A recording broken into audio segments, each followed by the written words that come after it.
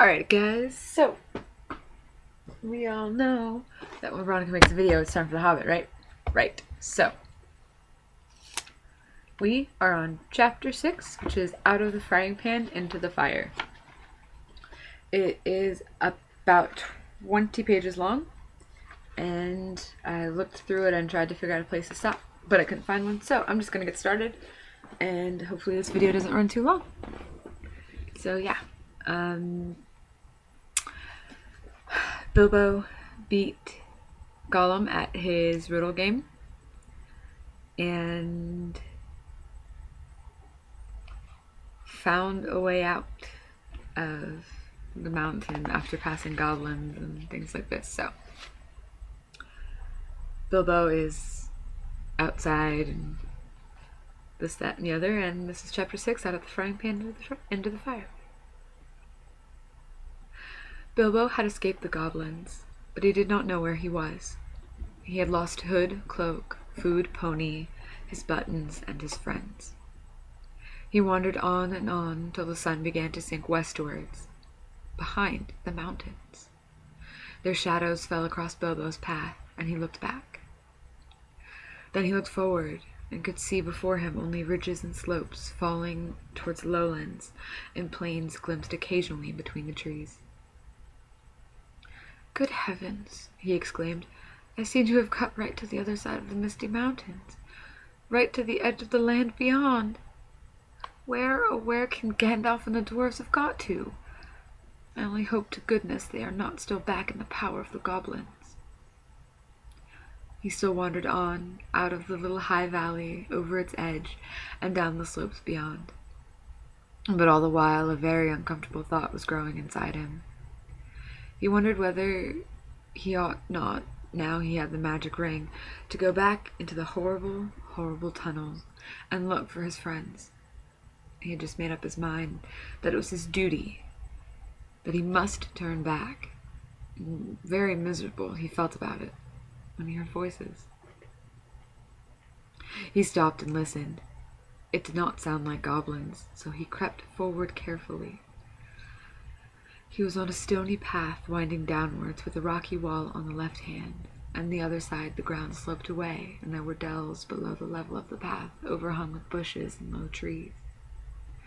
In one of these dells under the bushes people were talking. He crept still nearer, and suddenly he saw peering between two big boulders a head with a red hood on. It was Balin doing lookout. He could have clapped and shouted for joy, but he did not. He had still got the ring on, for fear of meeting something unexpected and unpleasant, and he saw that Balin was looking straight at him without noticing it. "We'll give them all a surprise," he thought, as he crawled into the bushes at the end of the dell. Gandalf was arguing with the dwarves. They were discussing all that had happened to them in the tunnels, and wondering and debating what they were to do now. The dwarves were grumbling, and Gandalf was saying that they could not possibly go on with their journey leaving Mr. Baggins in the hands of the goblins, without trying to find out if he was alive or dead, and without trying to rescue him. "After all, he is my friend," said the wizard, "and I am not a bad little chap. I feel responsible for him. I wish to goodness you had not lost him." The dwarves wanted to know why he had ever been brought at all, why he could not stick to his friends and come along with them, and why the wizard had not chosen someone with more sense. "He's been more trouble than used to us, so far," said one. "If we've got to go back now into those abominable tunnels to look for him, then drat him, I say." Gandalf answered angrily, "I brought him, and I don't bring things that are of no use. Either you help me to look for him, or I go and leave you here to get out of the mess as best you can yourselves. If we can only find him again, you will thank me before all is over. Whatever did you want to go and drop him for, Dory?" "You would have dropped him," said Dory, "if a goblin had suddenly grabbed your legs and from behind in the dark, tripped up your feet and kicked you in the back." "Then why didn't you pick him up again?" Good heavens, can you ask? Goblins fighting and biting in the dark, everybody falling over bodies and hitting one another. You nearly chopped my head off with Glamdring, and Thorin was stabbing here and there and everywhere with Orcrist. All of a sudden you gave one of your blinding flashes, and we saw the goblins running back yelping. You shouted, 'Follow me, everybody,' and everybody ought to have followed. You thought everybody had. There was no time to count, as you know quite well, till we had dashed through the gate guards, out of the lower door, and helter-skelter down here. And here we are, without the burglar, confusticate him." "And here's the burglar," said Bilbo, stepping down into the middle of them, slipping off the ring.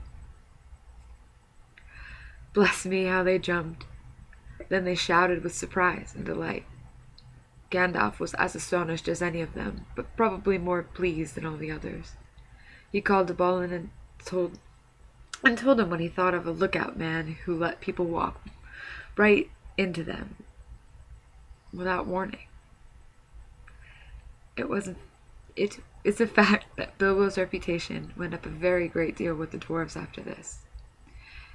If they had still doubted that he was really a first-class burglar in spite of Gandalf's words, they no longer doubted. Balin was the most puzzled of all, but everyone said it was a very clever bit of work. Indeed, Bilbo was so pleased with their praise that he just chuckled inside and said nothing whatever about the ring. When they asked him how he did it, he said, "Oh, just crept along, very carefully and quietly." "Well, it's the first time that even a mouse has crept along carefully and quietly under my very nose, and not been spotted," said Balin. "And I took off my hood, and I'd take off my hood to you," which he did. "Balin, at your service," said he. "Your servant, Mr. Baggins," said Bilbo. Then they wanted to know all about his adventures after they had lost him, and he sat down and told them everything, except about the finding of the ring. Not just now, he thought. They were particularly interested in the riddle competition, and shuddered most appreciatively at his description of Gollum. "And then I couldn't think of any other questions with him sitting beside me," ended Bilbo. "So I said, 'What's in my pocket?' And he couldn't guess in 3 goes. So I said, 'What about your promise? Show me the way out.' But he came at me to kill me, and I ran and fell over, and he missed me in the dark. Then I followed him, because I heard him talking to himself. He thought I really knew the way out, and so he was making for it. And then he sat down in the entrance, and I couldn't get by, so I just jumped over him and escaped and ran down the gate." "What about the guards?" they asked. "Weren't there any?" "Oh, yes, lots of them, but I dodged them. I got stuck in the door, which was only open a crack, and I lost lots of buttons," he said sadly, looking at his torn clothes. "But I squeezed through all right, and here I am." The dwarves looked at him with quite a new respect when he talked about dodging guards, jumping over Gollum, and squeezing through, as if it was not very difficult or very alarming. "What did I tell you?" said Gandalf, laughing. "Mr. Baggins has more about him than you guess." He gave Bilbo a queer look from under his bushy brows as he said this, and the hobbit wondered if he guessed at the part of his tale that he had left out. Then he had questions of his own to ask, for if Gandalf had explained it all by now to the dwarves, Bilbo had not heard it. He wanted to know how the wizard had turned up again, and where they had all got to go now. The wizard, to tell the truth, never minded explaining his cleverness more than once, so now he told Bilbo that both he and Elrond had been well aware of the presence of evil goblins in this part of the mountains. But their main gate used to come out of a very different pass, one more easy to travel by, so that they often caught people benighted near their gates. Evidently people had given up going that way, and the goblins must have opened their new entrance at the top of the pass the dwarves had taken quite recently, because it had been found quite safe up to now. "I must see if I can't find a more or less decent giant to block it up again," said Gandalf, "or soon there'll be no getting over the mountain at all." As soon as Gandalf had heard Bilbo's yell, he realized what had happened. and the flash which killed the goblins that were grabbing him, he had nipped inside the crack, just as it snapped to. He followed after the drivers and prisoners right to the edge of the great hall, and there he sat down and worked up the best magic he could in the shadows. "A very ticklish business it was," he said. "Touch and go." But of course Gandalf had made a special study of bewitchments with fire and lights. Even the Hobbit had never forgotten the magic fireworks at Old Took's midsummer parties, as you remember. The rest we all know, except that Gandalf knew all about the back door, as the goblins called the lower gate, where Bilbo lost his buttons. As a matter of fact, it was well known to anybody who was acquainted with this part of the mountains, but it took a wizard to keep his head in the tunnels and guide them in the right direction. "They made that gate ages ago," he said, "partly for a way of escape if they needed one, partly as a way out into the lands beyond, where they still come in the dark and do great damage. They guard it always, and no one has ever managed to block it up. They will guard it doubly after this." He laughed. All the others laughed too. After all, they had lost a good deal, but they had killed the great goblin, and a great many others besides, and they had all escaped, so they might be said to have had the best of it so far. But the wizard called them to their senses. "We must be getting on at once. Now we are a little rested," he said. "They will be out after us in hundreds when the night comes, and already shadows are lengthening. They can smell our footsteps for hours and hours after we have passed. We must be miles on before dusk. There will be a bit of a moon, if it keeps fine, and that is lucky. Not that they mind the moon much, but it will give us a little light to steer by." "Oh, yes," he said in answer to more questions from the Hobbit. "You lost track of time inside the goblin tunnels. Today's Thursday. It was Monday night or Tuesday morning that we were captured.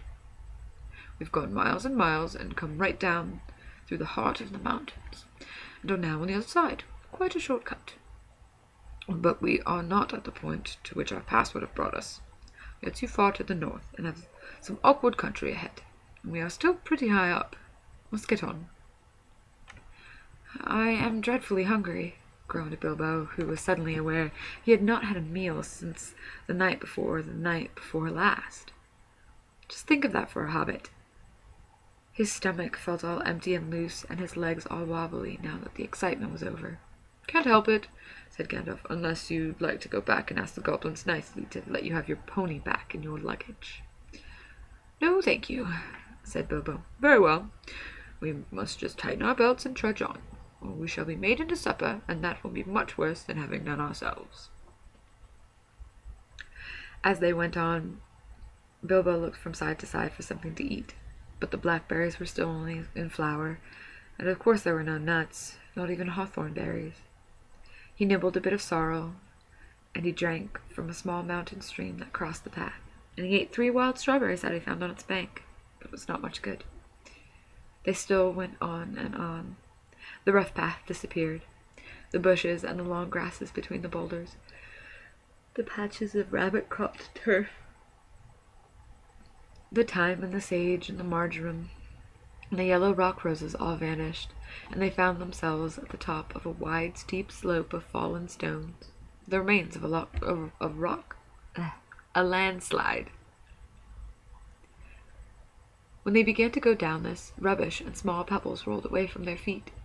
Soon larger bits of split stone went clattering down and started, other pieces below them slithering and rolling. Then lumps of rock were disturbed and bounded off, crashing down with a dust and a noise.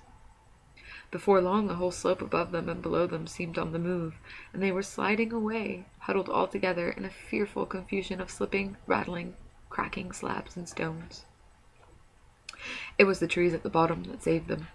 They slid into the edge of a climbing wood of pines that here stood right up the mountain slope from the deeper, darker forests of the valleys below. Some caught hold of the trunks and swung themselves into the lower branches. Some, like the little hobbit, got behind a tree to shelter from the onslaught of rocks. Soon the danger was over, the slide had stopped, and the last faint crashes could be heard as the largest of the disturbed stones went bounding and spinning among the bracken and pine roots far below. "Well, that has got us on a bit," said Gandalf. and even goblins tracking us will have a job to come down here quickly, or quietly." "I dare say," grumbled Bomber, "but they won't find it difficult to send stones bouncing down on our heads." The dwarves and Bilbo were feeling far from happy, and were rubbing their bruised and damaged legs and feet. "Nonsense! We're going to turn aside here out of the path of the slide. We must be quick. Look at the light." The sun had long gone behind the mountains. Already the shadows were deepening about them, though far away through the trees and over the black tops of those growing lower down they could still see the evening lights on the plains beyond. They limped along now as fast as they were able down the gentle slopes of a pine forest in a slanting path leading steadily southwards.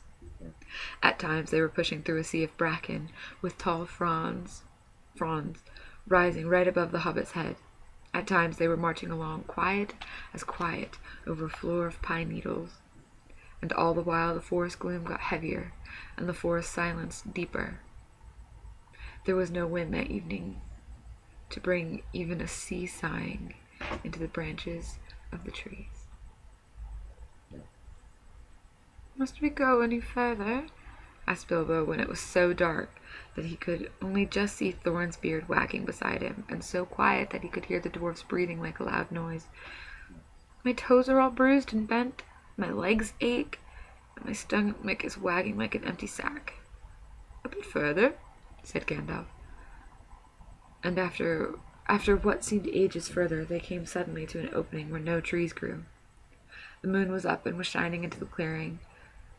Somehow it struck all of them as not at all a nice place, although there was nothing wrong to see. All of a sudden they heard a howl away down the hill. A long, shuddering howl. It was answered by another away to the right, and a good deal nearer to them. Then by another not far away to the left. It was wolves howling at the moon. Wolves gathering together. There were no wolves living near Mr. Baggins' hole at home, but he knew that noise. He had had it described to him often enough in tales. One of his elder cousins, on the Took side, who had been a great traveler, used to imitate it to frighten him. To hear it out in the forest under the moon was too much for Bilbo. Even magic rings are not much used against wolves, especially against the evil packs that lived under the shadow of the goblin-infested mountains, over the edge of the wild on the borders of the unknown. Wolves of that sort smell keener than goblins, and do not need to see you to catch you. "What shall we do? What shall we do?" he cried. "Escaping goblins to be caught by wolves?" he said, and it became a proverb, though we now say out of the frying pan into the fire in the same sort of uncomfortable situations. "Up the trees, quick!" cried Gandalf, and they ran to the trees at the edge of the glade, hunting for those that had branches fairly low, or were slender enough to swarm up. They found them as quick as ever they could, you can guess, and up they went as high as ever they could trust the branches. You would have laughed from a safe distance if you had seen the dwarves sitting up in the trees with their beards dangling down, like old gentlemen gone cracked and playing at being boys. Fili and Kili were at the top of a tall larch, like an enormous Christmas tree.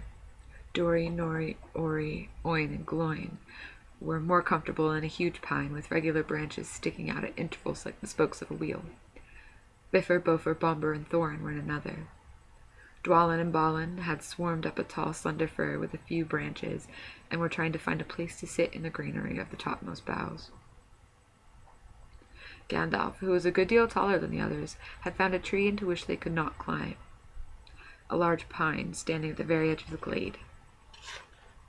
He was quite hidden in the boughs, but you could see his eyes gleaming in the moon as he peeped out. And Bilbo? He could not get into any tree, and was scuttling about from trunk to trunk, like a rabbit that has lost its hole and has a dog after it. "You've left the burglar behind again," said Nori to Dori, looking down. "I can't always be carrying burglars on my back," said Dori. "Down tunnels and up trees. What do you think I am, a porter?" "He'll be eaten if we don't do something," said Thorin, for there were howls all around them now, getting nearer and nearer. "Dori!" he called, for Dory was the lowest down and the easiest tree. "Be quick, and give Mr. Baggins a hand up." Dory really was a decent fellow, in spite of his grumbling. Poor Bilbo could not reach his hand even when he climbed down to the bottom branch and hung his arm down as far as he ever could. So Dory actually climbed out of the tree and let Bilbo scramble up and stand on his back. Just at that moment, the wolves trotted howling into the clearing. All of a sudden, there were hundreds of eyes looking at them. Still, Dory did not let Bilbo down. He waited until he had clambered off his shoulders into the branches, and then he jumped for the branches himself, only just in time. A wolf snapped at his cloak as he swung up and nearly got him. In a minute there was a whole pack of them yelping all around the tree and leaping up at the trunk with eyes blazing and tongues hanging out. But even the wild wargs, for so the evil wolves over the edge of the wild were named, cannot climb trees. For a time they were safe. Luckily it was warm and not windy. Trees are not very comfortable to sit in for long at any time, but in the cold and the wind, with wolves all around below waiting for you, they can be perfectly miserable places. This glade in the ring of trees was evidently a meeting place of the wolves. More and more kept coming in. They left guards at the foot of the tree in which Dory and Bilbo were, then went snuffling about till they had smelt out every tree that had anyone in it. These they guarded too, while all the rest, hundreds and hundreds it seemed, went and sat in a great circle in the glade. And in the middle of the circle was a great grey wolf. He spoke to them in the dreadful language of the wargs. Gandalf understood it. Bilbo did not, but it sounded terrible to him, and as if all their talk was about cruel and wicked things, as it was. Every now and then all the wargs in the circle would answer their grey chief altogether, and their dreadful clamour almost made the hobbit fall out of his pine tree. I will tell you what Gandalf heard, though Bilbo did not understand it. The wargs and the goblins often helped one another in wicked deeds. Goblins do not usually venture very far from their mountains unless they are driven out and are looking for new homes or are marching to war, which I am glad to say has not happened in a long while. But in those days they sometimes used to go on raids, especially to get food or slaves to work for them. Then they often got the wargs to help and shared their plunder with them. Sometimes they rode on wolves like men do on horses. Now it seemed that a great goblin raid had been planned for that very night.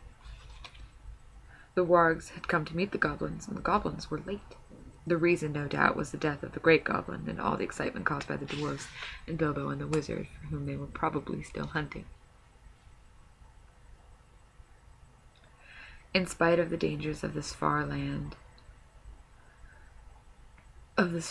bold men had of late been making their way back into it from the south, cutting down trees and building themselves places to live in among the more pleasant woods in the valleys and along the river shores.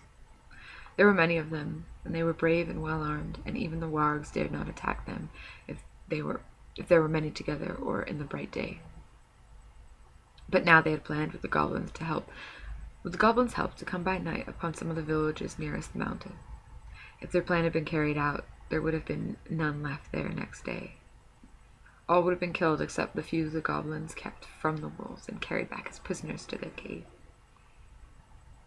This was dreadful talk to listen to, not only because of the brave woodsmen and their wives and children, but also because of the danger which now threatened Gandalf and his friends. The wargs were angry and puzzled, finding them here in their meeting place.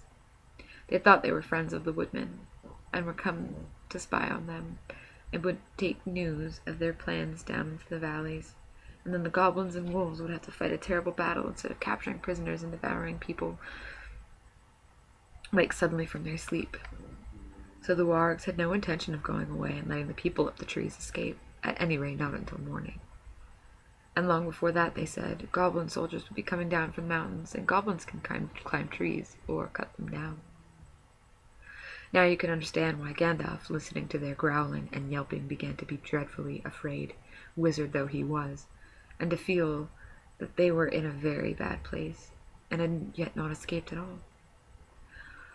All the same, he was not going to let them have it all their own way, though he could not do very much stuck up in a tall tree with wolves all around on the ground below. He gathered the huge pine cones from the branches of the tree. Then he set one alight with bright blue fire and threw it whizzing down among the circle of wolves. It struck one on the back, and immediately his shaggy coat caught fire, and he was leaping to and fro, yelping horribly. Then another came, and another, one in blue flames, one in red, another in green. They burst on the ground in the middle of the circle and went off in colored sparks and smoke. A specially large one hit the chief wolf on the nose, and he leaped in the air 10 feet, and then rushed round and round the circle, biting and snapping even at the other wolves in his anger and fright. The dwarves and Bilbo cheered and shouted. The rage of the wolves was terrible to see, and the commotion they made filled all the forest. Wolves are afraid of fire at all times, but this was a most horrible and uncanny fire. If a spark got in their coats, it stuck and burned into them, and unless they rolled over quick, they were soon all in flames. Very soon, all about the glade, wolves were rolling over and over to put out the sparks on their backs, while those that were burning were running about howling and setting others alight, till their own friends chased them away, and they fled off down the slopes crying and yammering and looking for water. "What is all this uproar in the forest tonight?" said the Lord of Eagles. He was sitting, black in the moonlight, on the top of a lonely pinnacle of rock at the eastern edge of the mountains. "I hear wolves' voices. Are the goblins at mischief in the woods?" He swept up into the air, and immediately 2 of his guards from the rocks at either hand leaped up to follow him. They circled up in the sky and looked down upon the ring of the wargs, a tiny spot far below them. But eagles have keen eyes and can see small things at a great distance. The Lord of the Eagles of the Misty Mountains had eyes that could look at the sun unblinking, and could see a rabbit moving on the ground a mile below, even in the moonlight. So though he could not see the people in the trees, he could make out the commotion among the wolves, and see tiny flashes of fire, and hear the howling and yelping coming up faint from far beneath him. Also he could see the glint of the moon on goblin spears and helmets, as long lines of wicked folk crept down the hillsides from their gate and wound into the woods. Eagles are not kindly birds. Some are cowardly and cruel, but the ancient race of the northern mountains were the greatest of all birds. They were proud and strong and noble-hearted. They did not love goblins or fear them. When they took any notice of them at all, which was seldom, for they did not eat such creatures, they swooped on them and drove them shrieking back to their caves, and stopped whatever wickedness they were doing. The goblins hated the eagles and feared them, but could not reach their lofty seats or drive them from the mountains. Tonight the Lord of Eagles was filled with curiosity to know what was afoot. So he summoned many other eagles to him, and they flew away from the mountains, and slowly circling ever round and round, they came down, down, down, towards the ring of wolves and the meeting place of the goblins. A very good thing, too. Dreadful things had been going on down there. The wolves that had caught fire and fled into the forest had set it alight in several places. It was high summer, and on this eastern side of the mountains there had been little rain for some time. Yellowing bracken, fallen branches, deep-piled pine needles, and here and there dead trees were soon in flames. All around the clearing of the wargs, fire was leaping. But the wolf guards did not leave their trees. Maddened and angry, they were leaping and howling round the trunks, cursing the dwarves in their horrible language, with their tongues hanging out and their eyes shining as red and fierce as the flames. Then suddenly goblins came running up, yelling. They thought a battle with the woodmen was going on, but they soon learned what had really happened. Some of them actually sat down and laughed. Others waved their spears and clasped the shafts against their shields. Goblins are not afraid of fire, and they soon had a plan which seemed to them most amusing. Some got all the wolves together in a pack. Some stacked fern and brushwood round the tree trunks. Others rushed round and stamped and beat and stamped until nearly all the flames were put out. But they did not put out the fire nearest to the trees where the dwarves were. That fire they fed with leaves and dead branches and bracken. Soon they had a ring of smoke and flame all around the dwarves, a ring which they kept from spreading outwards, but it closed slowly in, till the running fire was licking the fuel pile under the trees. Smoke was in Bilbo's eyes. He could feel the heat of the flames, and through the reek he could see the goblins dancing round and round in a circle like people round a midsummer bonfire. Outside the ring of dancing warriors with spears and axes stood the wolves at a respectful distance, watching and waiting. He could hear the goblins beginning a horrible song. 15 birds and 5 fir trees, your feathers were fanned in a fiery breeze. But funny little birds, they had no wings. Oh, what shall we do with the funny little things? Roast them alive or stew them in a pot, fry them, boil them, and eat them hot. Then they stopped and shouted, Fly away, little birds, fly away if you can. Come down, little birds, or you will get roasted in your nests. Sing, sing, little birds, why don't you sing? Go away, little boys, shouted Gandalf in answer. It isn't bird nesting time. Also, naughty little boys that play with fire get punished. He said it to make them angry and to show them that he was not frightened of them. Though of course he was, a wizard though he was. They took no notice, and they went on singing.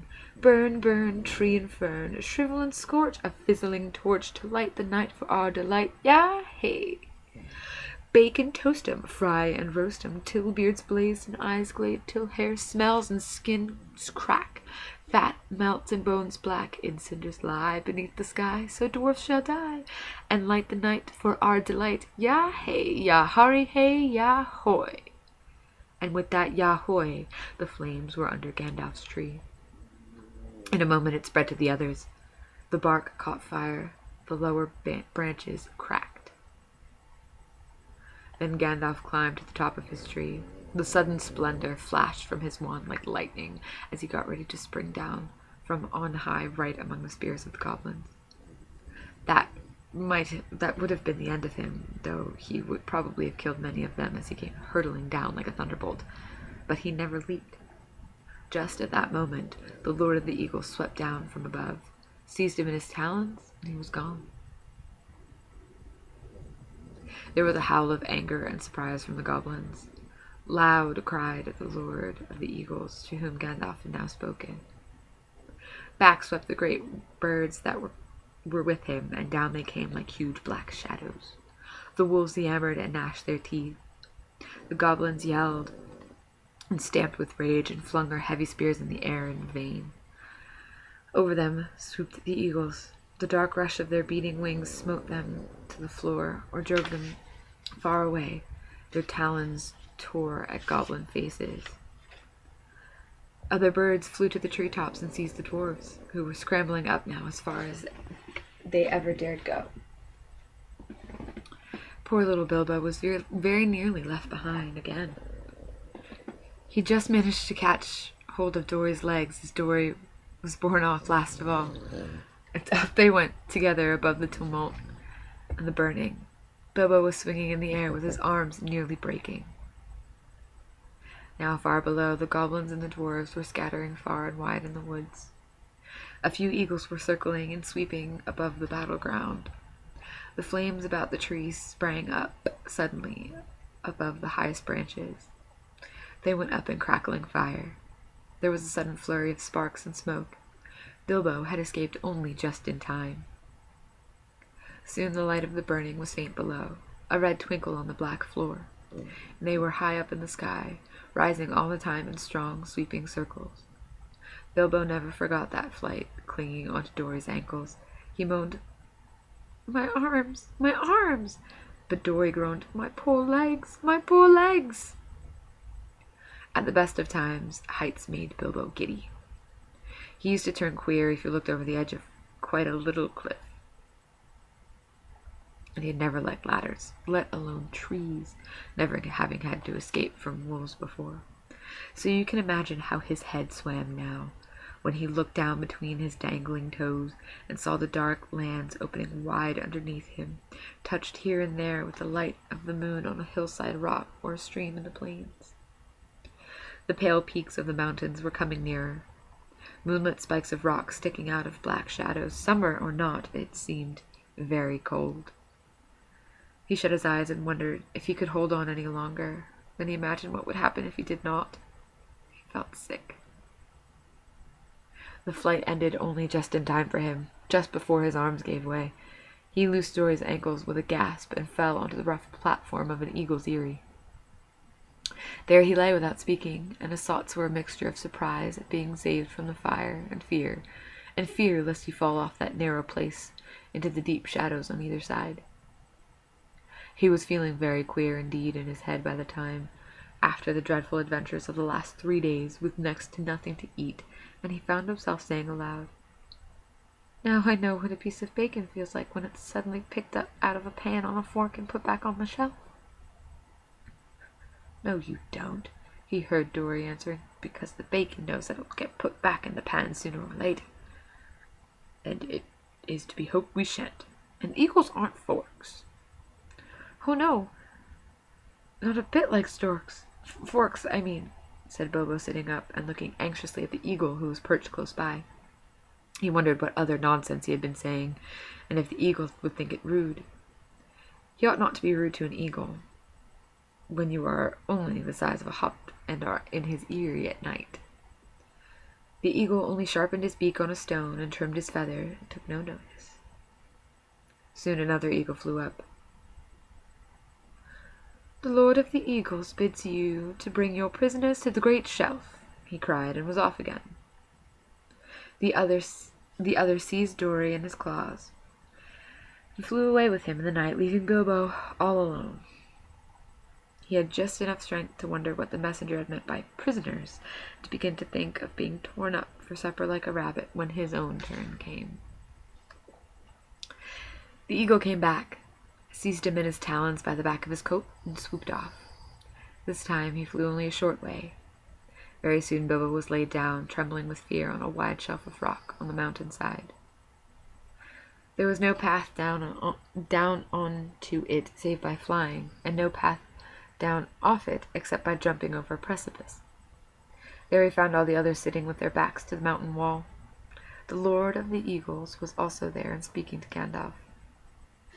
It seemed that Bilbo was not going to be eaten after all. The wizard and eagle lord appeared to know one another slightly, and even to be on friendly terms. As a matter of fact, Gandalf, who had often been in the mountains, had once rendered a service to the eagles and healed their lord from an arrow wound. So you see, prisoners had meant prisoners rescued from the goblins only, and not captives of the eagles. As Bilbo listened to the talk of Gandalf, he realized that at last they were going to escape really and truly from the dreadful mountains. He was discussing plans with the great eagle for carrying the dwarves and himself and Bilbo far away and setting them down well on their journey across the plains below. The Lord of the Eagles would not take them anywhere near where the men lived. "They would shoot at us with their great bows of yew," he said, "for they would think we were after their sheep, and at other times they would be right. No, we are glad to cheat the goblins of their sport, glad to repay our thanks to you, but we will not risk ourselves for dwarves in the southward plains." "Very well," said Gandalf. "Take us where and as far as you will. We are already deeply obliged to you, but in the meantime we are famished with hunger." "I'm nearly dead of it," said Bilbo in a weak little voice that nobody heard. "That can perhaps be mended," said the Lord of the Eagles. Later on you might have seen a bright fire on the shelf of the rock, and the figures of the dwarves round it cooking and making a fine roasting smell. The eagles had brought up dry boughs for fuel, and they had brought rabbits, hares, and small sheep. The dwarves managed all the preparations. Bilbo was too weak to help, and anyway he was not much good at skinning rabbits or cutting up meat, being used to having it delivered by the butcher, all ready to cook. Gandalf, too, was lying down after doing his part in setting the fire going, since Oin and Gloin had lost their tinder boxes. Dwarves have never taken to matches, even yet. So ended the adventure of the Misty Mountains. Soon Bilbo's stomach was feeling full and comfortable again, and he felt he could sleep contentedly, though really he would have liked loaf and butter better than bits of meat toasted on sticks. He slept curled up on a hard rock more soundly than he'd ever done on his feather bed in his own little hole at home. But all night he dreamed of his own house, and wandered in his sleep into his different rooms, looking for something he could not find, nor remember what it looked like. And then there was an illustration in this chapter. It's the misty mountains looking west from the eyrie towards the Goblin Gate.